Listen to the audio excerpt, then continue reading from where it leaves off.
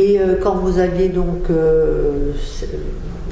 10-11 ans, là, est-ce que vous compreniez vraiment les enjeux qu'il y avait au niveau de cette résistance? Non, pas beaucoup, mais parce que, bon, on savait que, parce que les Allemands, on les voyait quand même. Hein. Oui. Alors, moi, je me rappelle aussi quand avec le drame quand M. Bavignat et M. Quéré ont été tués au Montremont, Madame Bavignat, elle était la marraine de ma mère, donc on avait été, et mon père, il était venu aussi, là, c'était au mois de mars, ça, au mois de mars, donc il était là, et donc, mais mon père, il circulait beaucoup, encore, il pouvait circuler, parce que comme il était aux pompiers, il arrivait encore à passer parce qu'il y avait pas mal de contrôles dans certains points, hein. Donc où ils étaient arrêtés et ils demandaient les papiers pour voir. Mais ça, je me rappelle vaguement de ça.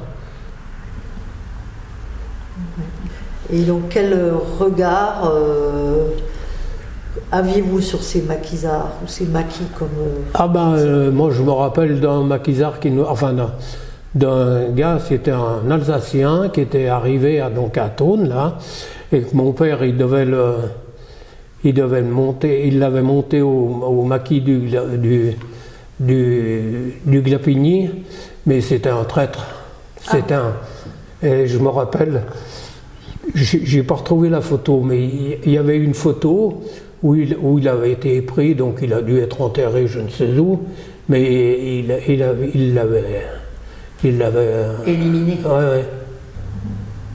Non, je reviens sur le collège Saint-Joseph parce que vous nous avez parlé de l'abbé Burtin qui a soigné votre sœur, mais le chanoine Pasquier a aussi eu un rôle pendant toute cette période de la guerre parce qu'il dirigeait le collège Saint-Joseph tout à fait, et à plusieurs reprises il a eu l'occasion de cacher, voire de soigner.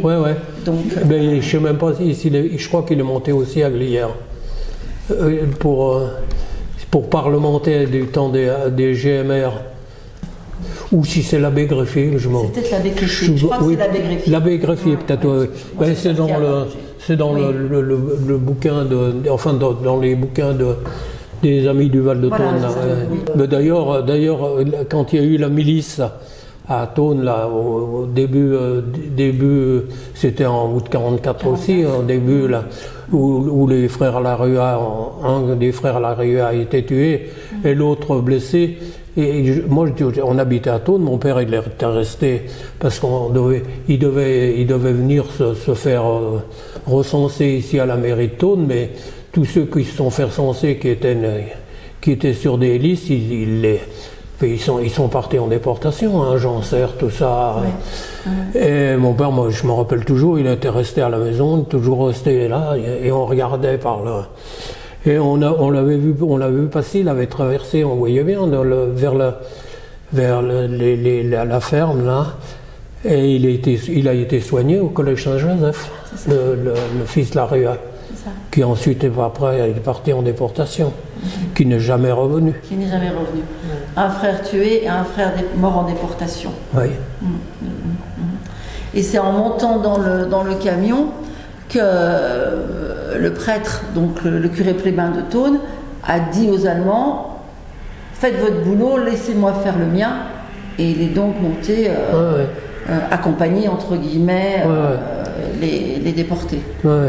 Et mon père, je me rappelle aussi, c'est les premiers qui ont été enterrés au cimetière de Morette. Mon père, il était avec M. Vuillet, je crois, hein.